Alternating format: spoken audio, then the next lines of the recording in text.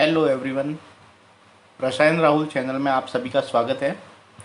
आज हम class 12 chemistry का केमिकल काइनेटिक्स का पार्ट 4 पढ़ेंगे, जिसमें हम collision theory of chemical reactions को डिस्कस करेंगे।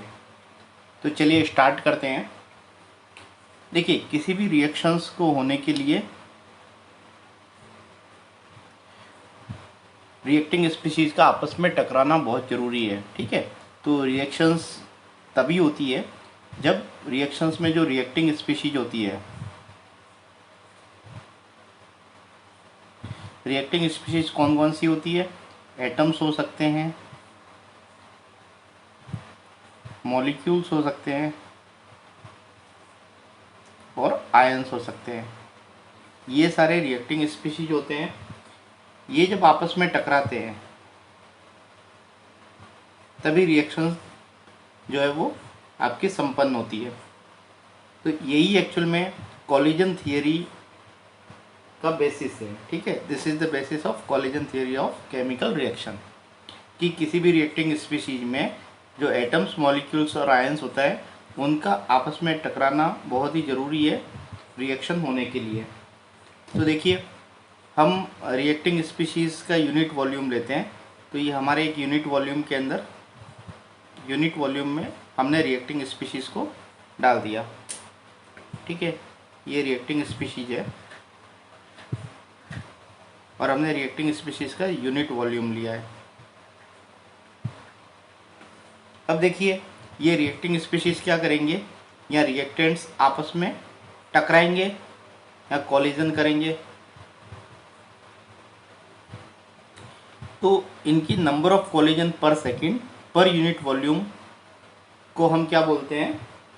Collision frequency. ठीक है, तो देखिए, एक यूनिट वॉल्यूम में नंबर ऑफ कॉलिजन पर सेकंड पर यूनिट वॉल्यूम क्या कहलाती है? Collision frequency. इसको हम Z से डिनोट करते हैं। देखिए, कॉलिजन फ्रीक्वेंसी की वैल्यू जो होती है, जनरली इसकी वैल्यू जो होती है वो लार्ज वैल्यू होती है। तो इसका ऑर्डर क्या होता है आपका? 10⁻25 टू 10⁻26 के बीच का ऑर्डर होता है। मतलब कॉलिजन फ्रीक्वेंसी की वैल्यू बहुत ही ज़्यादा होती है। तो देखिए, यदि सारी कॉलिजन, ये कॉलिजन या जो टकरा रहे हैं उसको हम क्या बोलते हैं? कॉलिजन। तो सारी कॉलिजन यदि इफेक्टिव है, if all the collisions are effective, यदि इनके बीच में जो कॉलिजन हो रही है वो इफेक्टिव है, तो क्या होगा? तो रिएक्शन बहुत फास्ट होगी। ठीक है, तो रिएक्शन क्या होगी? कॉलिजन यदि इफेक्टिव है तो रिएक्शन फास्ट होगी। मतलब रिएक्शन जो है वो बहुत ही कम टाइम में पूरी हो जाएगी। ठीक है, reaction complete with in short time. Reaction short time में कंप्लीट हो जाएगी। लेकिन यदि कॉलिजन जो है वो इफेक्टिव नहीं है, ठीक है, बहुत सारी रिएक्शन आपको पता है कि फास्ट नहीं होती, स्लो रिएक्शन होती है। सारी रिएक्शन तो फास्ट होती नहीं है, तो कुछ रिएक्शन जो होती है वो स्लो रिएक्शन होती है। इसका मीनिंग क्या होता है? इनको कंप्लीट होने में भी बहुत टाइम लगता है। ठीक है, तो एक्चुअल में long time for completion, long time होता है ना कंप्लीशन में। तो इसका मतलब क्या होता है कि इनकी जो कॉलिजन होती है वो बहुत ज़्यादा इफेक्टिव नहीं होती। तो कॉलिजन जो है नॉट इफेक्टिव होती है। ठीक है, इसीलिए रिएक्शन स्लो होती है। ये चीज़ आपको क्लियर हो चुकी होगी। देखिए, मैं फिर से इसको एक्सप्लेन करता हूँ। किसी भी रिएक्शन को होने के लिए क्या होता है? रिएक्टिंग स्पीशीज़ के मॉलिक्यूल्स, एटम्स और आयंस का आपस में टकराना बहुत ज़रूरी है। मतलब उसके बीच में कॉलिजन बहुत ज़रूरी होता है, तभी रिएक्शन जो है वो आपकी होती है। तो ये जो है वो collision theory of chemical reaction का बेसिस है। तो देखिए, कॉलिजन फ्रीक्वेंसी के बारे में बताया मैंने आपको। कॉलिजन फ्रीक्वेंसी क्या होता है? एक यूनिट वॉल्यूम में जितने नंबर ऑफ कॉलिजन्स पर सेकंड होते हैं, मतलब रिएक्टिंग स्पीशीज़ के बीच में जितनी टक्कर की मतलब नंबर होते हैं, ठीक है, जितने आपस में टकराते हैं पर सेकंड पर यूनिट वॉल्यूम, उसको हम कॉलिजन फ्रीक्वेंसी कहते हैं।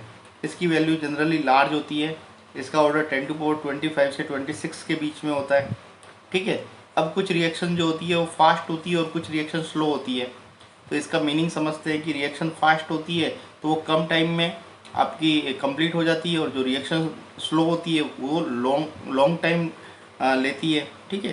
तो इसका मतलब जो रिएक्शन फास्ट होती है उनके कॉलिजन जो होते हैं बहुत इफेक्टिव होते हैं, और जो रिएक्शन जो है स्लो होती है उनके कॉलिजन जो है वो बहुत ही आपके इफेक्टिव नहीं होते। अब देखिए यहाँ पे दो तरीके के बैरियर होते हैं, ठीक है। तो हम यहाँ पे बैरियर के बारे में बात करते हैं। बैरियर्स दो टाइप के होते हैं, एक तो एनर्जी बैरियर होता है,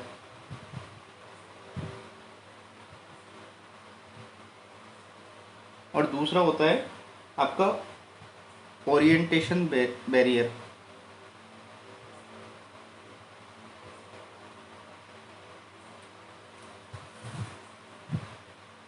चलिए अभी बात करते हैं।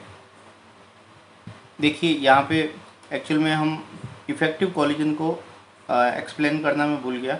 इफ़ेक्टिव कॉलिजन वो कॉलिजन होते हैं जो किसी भी रिएक्टेंट को प्रोडक्ट में कन्वर्ट करने के लिए सफिशिएंट होते हैं, ठीक है। तो एक रिएक्टेंट जब प्रोडक्ट में कन्वर्ट होता है तो वो कॉलिजन ही इफ़ेक्टिव कॉलिजन होते हैं, और जो कॉलिजन आपके रिएक्टेंट को प्रोडक्ट में कन्वर्ट नहीं कर सकता वो सारी कॉलिजन नॉन इफ़ेक्टिव होते हैं। चलिए अब हम बात करते हैं एनर्जी बैरियर के बारे में। चलिए बात करते हैं एनर्जी बैरियर की। बैरियर्स,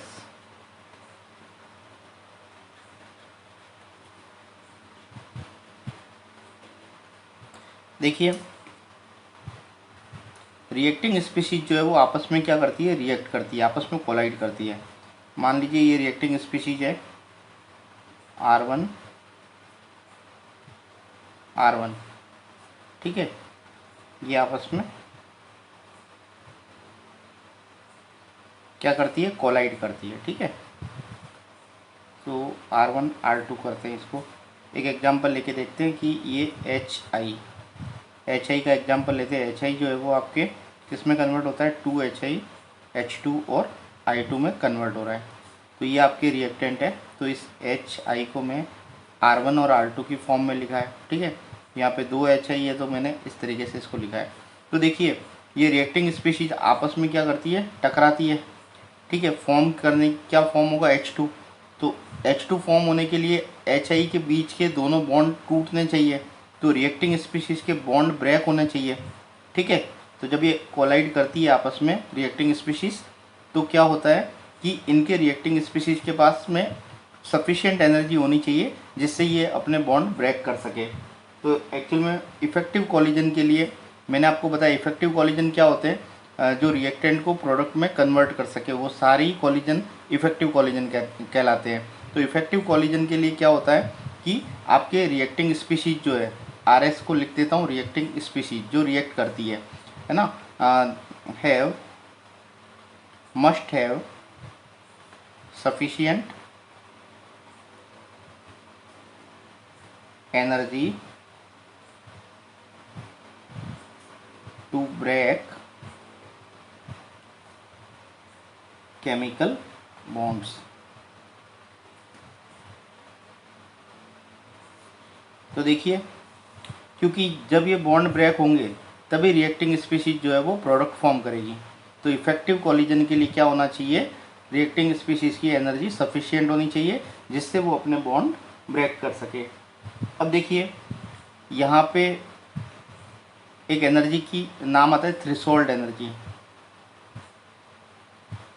थ्रेशोल्ड एनर्जी ये एक्चुअल में मिनिमम अमाउंट में एनर्जी होती है जो कोई भी रिएक्टिंग स्पीशीज रखती है, ठीक है।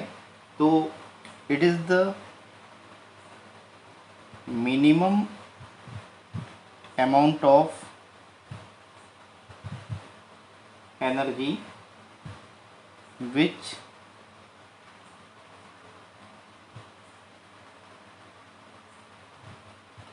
this is the minimum amount of energy which the colloidal molecules must possess. The colliding molecules must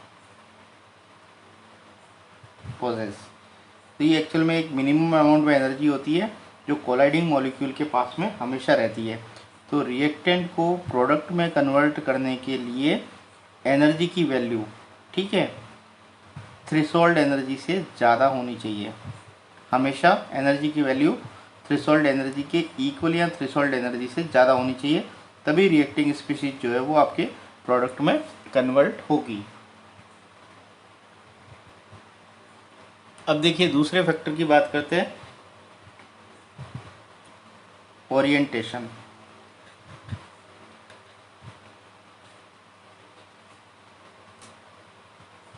देखिए ओरिएंटेशन के बारे में बात करते हैं। ओरिएंटेशन क्या होता है कि ये रिएक्टिंग स्पीशीज जो होती है उनका ओरिएंटेशन जो है वो प्रॉपर होना चाहिए, ठीक है। तो उनका ओरिएंटेशन प्रॉपर होने से क्या होगा कि ओल्ड बॉन्ड जो है वो ब्रेक होंगे और न्यू बॉन्ड फॉर्म होंगे। तो रिएक्टिंग आरएस का मीनिंग होता है reacting species should have proper orientation so that old bonds may break and new bonds are formed। अब देखिए एक एग्जांपल से इस चीज़ को समझते हैं ओरिएंटेशन को। मैं एग्जांपल लेता हूँ, NO2 नाइट्रोजन डाइऑक्साइड के दो मॉलिक्यूल आपस में रिएक्ट करके डाइमर बनाते हैं N2O4 का। तो ये नाइट्रोजन डाइऑक्साइड क्या है, रिएक्टेंट है या रिएक्टिंग स्पीशीज है। N2O4 क्या है, प्रोडक्ट है। अब देखिए मैंने आपको बताया प्रॉपर ओरिएंटेशन। तो यदि ये रिएक्टिंग स्पीशीज़ का ओरिएंटेशन प्रॉपर है, ये दोनों ही रिएक्टिंग स्पीशीज है, ठीक है, इनका ओरिएंटेशन यदि प्रॉपर है तो क्या होगा, कॉलिजन इफेक्टिव होगा, है ना।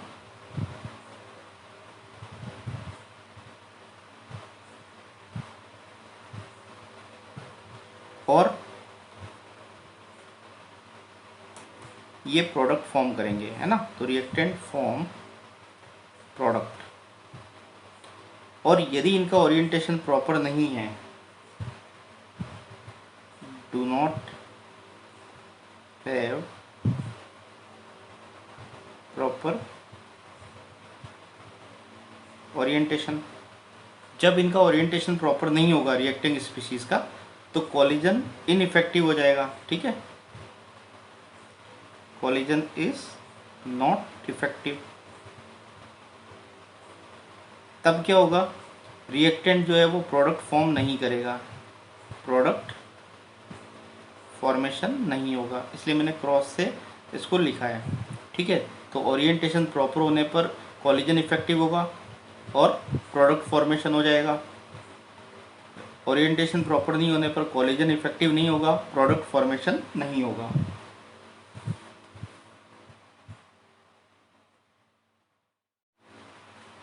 चलिए अब हम एक रिएक्शन को कंसीडर करते हैं और इसको समझते हैं, और ठीक है। तो प्रॉपर ओरिएंटेशन आई होप कि आपको समझ में आ गया होगा। तो अब हम एक और एग्जांपल लेके इस चीज़ को समझते हैं।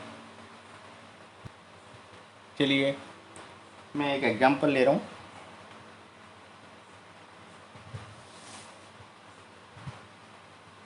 देखिए ब्रोमो इथेन की आपकी हाइड्रोक्साइड आयन के साथ रिएक्शन को मैं शो कर रहा हूँ।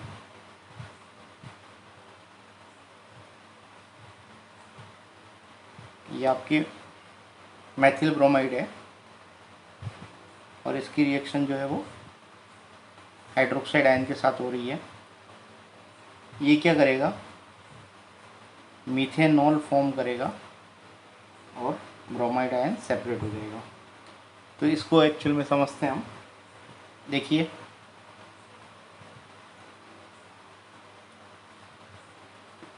इसको मैं इस तरीके से लिख सकता हूँ। तो यहाँ पे कार्बन पे पार्शियल पॉजिटिव चार्ज होता है और ब्रोमाइड पे पार्शियल नेगेटिव चार्ज होता है, क्योंकि इलेक्ट्रोनेगेटिव होता है, इलेक्ट्रॉन को अपनी तरफ अट्रैक्ट करता है। कार्बन पे पार्शियल पॉजिटिव चार्ज आ जाता है। अब देखिए यहाँ पे आपकी हाइड्रोक्साइड आयन क्या है, आपका हाइड्रोक्साइड आयन जो है वो आपकी रिएक्टिंग स्पीशीज है, अटैकिंग स्पीशीज है। ये आपकी अटैकिंग स्पीशीज है, अटैकिंग आयन है। तब देखिए दो पॉसिबिलिटी हो सकती है यहाँ पे कि एक तो आपका ओरिएंटेशन प्रॉपर नहीं होगा और दूसरे में आपका ओरिएंटेशन प्रॉपर होगा। तो यहाँ पे इम्प्रॉपर ओरिएंटेशन, जब ओरिएंटेशन प्रॉपर नहीं होगा तो प्रोडक्ट फॉर्म नहीं होगा। ठीक है, मतलब ये आपकी रिएक्टिंग स्पीशीज जो है वो इसको अप्रोच करेगी लेकिन बॉन्ड फॉर्मेशन नहीं कर पाएगी, जिसकी वजह से प्रोडक्ट फॉर्मेशन नो प्रोडक्ट। और दूसरा होगा कि प्रॉपर ओरिएंटेशन होगा।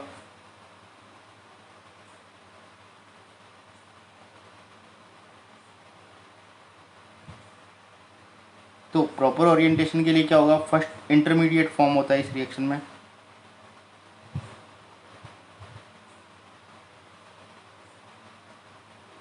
और इंटरमीडिएट फॉर्म होने के बाद में क्या होगा कि प्रोडक्ट फॉर्मेशन होगा। ठीक है, तो अब देखिए यहाँ इंटरमीडिएट फॉर्मेशन के लिए क्या होगा, ये OH जो है वो इस तरीके से रिएक्ट करेगा जिससे ओरिएंटेशन प्रॉपर हो।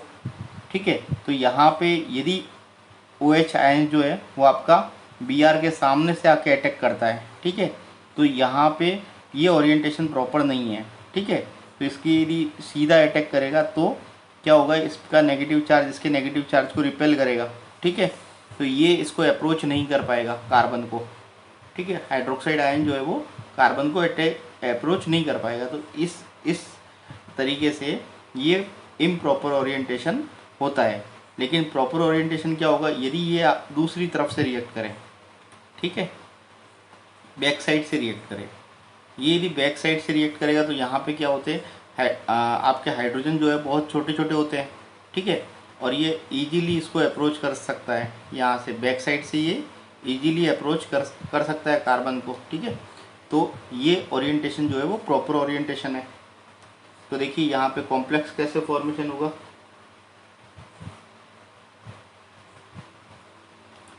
इस तरीके से कि इंटरमीडिएट फॉर्म होगा जिसमें क्या होगा, OH और कार्बन के बीच में बॉन्ड फॉर्मेशन, आपको पार्शियल बॉन्ड फॉर्मेशन होता हुआ दिखेगा और आपको कार्बन और ब्रोमाइड के बीच में बॉन्ड जो है पार्शियल ब्रेक होता हुआ दिखेगा। ठीक है, तो इसको हम इंटरमीडिएट स्टेट बोलते हैं। ठीक है, जिसमें एक बॉन्ड फॉर्मेशन हो रहा है और दूसरा बॉन्ड ब्रेक हो रहा है। तो फाइनली क्या हो जाएगा, ये आपका Br सेपरेट हो जाएगा लिविंग ग्रुप की फॉर्म में और आपको मैथिल एल्कोहल मिल जाएगा। तो ये आपका मैथिल एल्कोहल क्या है, प्रोडक्ट है। ठीक है, और ये प्रोडक्ट कैसे मिला, प्रॉपर ओरिएंटेशन की वजह से मिला। अब देखिए आगे हम बात करते हैं। मैं इसको लिख देता हूँ यहाँ पे। देखिए यहाँ पे इस चीज़ को मैं फिर से लिखता हूँ कि यदि ओरिएंटेशन प्रॉपर है तो क्या होगा, बॉन्ड फॉर्मेशन होगा। और यदि इम्प्रॉपर है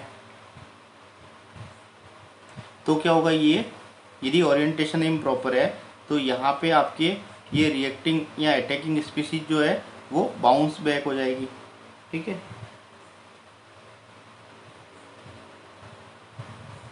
और प्रोडक्ट फॉर्मेशन नहीं होगा। ये जब बॉन्ड फॉर्मेशन होने से प्रोडक्ट मिलेगा, यहाँ पे आपको प्रोडक्ट नहीं मिलेगा। अब देखिए आगे हम देखते हैं कॉलिजन थियरी। चलिए अब हम कॉलिजन थ्योरी को समझते हैं फिर से। देखिए कॉलिजन थ्योरी के लिए क्या होना चाहिए, कॉलिजन थ्योरी क्या कहती है कि किसी भी रिएक्शन के लिए क्या होना चाहिए, मॉलिक्यूल्स का आपस में टकराना बहुत ही एसेंशियल है। तो molecules must collide with each other, molecules must collide. तो मैंने आपको बताया था कि number of collision per second per unit volume जो है उसको हम क्या लिखते हैं, जेड से डिनोट करते हैं। ठीक है, हम कॉलिजन थियरी कॉलिजन फ्रीक्वेंसी से उसको डिनोट करते हैं। तो नंबर ऑफ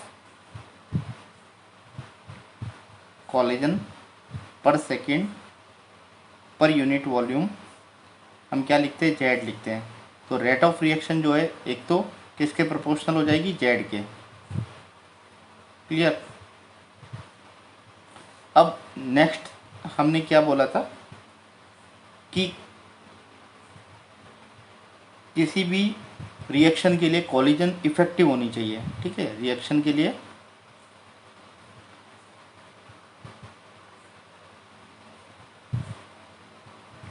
अब इफेक्टिव कॉलिजन क्या होती है कि वो कॉलिजन जो रिएक्टेंट को प्रोडक्ट में कन्वर्ट कर सके, वो सारी इफेक्टिव कॉलिजन कहलाती है। तो इफेक्टिव कॉलिजन के लिए क्या होता है, देखिए सारी कॉलिजन इफेक्टिव नहीं होती है। ठीक है, कुछ कॉलिजन इफेक्टिव होती है क्योंकि रिएक्टेंट के एक्चुअल में थाउजेंड्स ऑफ मॉलिक्यूल या लैक्स ऑफ मॉलिक्यूल्स रिएक्ट करते हैं, तो वो सारी मॉलिक्यूल्स आपस में इफेक्टिव कॉलिजन नहीं करते, है ना। तो सारी रिएक्टेंट जो है प्रोडक्ट में कन्वर्ट नहीं होते। तो देखिए कौन कौन होते हैं, ये किस फैक्टर पे डिपेंड करते हैं इफेक्टिव कॉलिजन। एक तो प्रॉपर ओरिएंटेशन पे, ठीक है, रिएक्टिंग मॉलिक्यूल्स का प्रॉपर ओरिएंटेशन होना चाहिए। दूसरा, रिएक्टिंग मॉलिक्यूल्स की सफिशिएंट एनर्जी होनी चाहिए।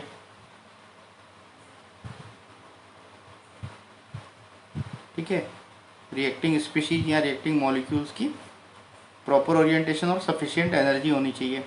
तो सारे ही मॉलिक्यूल इफेक्टिव कॉलिजन नहीं करते हैं, तो क्या, तो कौन करते हैं, फ्रैक्शन ऑफ इफेक्टिव कॉलिजन होता है। ठीक है, तो यहाँ पे हम कैसे लिख सकते हैं, फ्रैक्शन ऑफ इफेक्टिव कॉलिजन।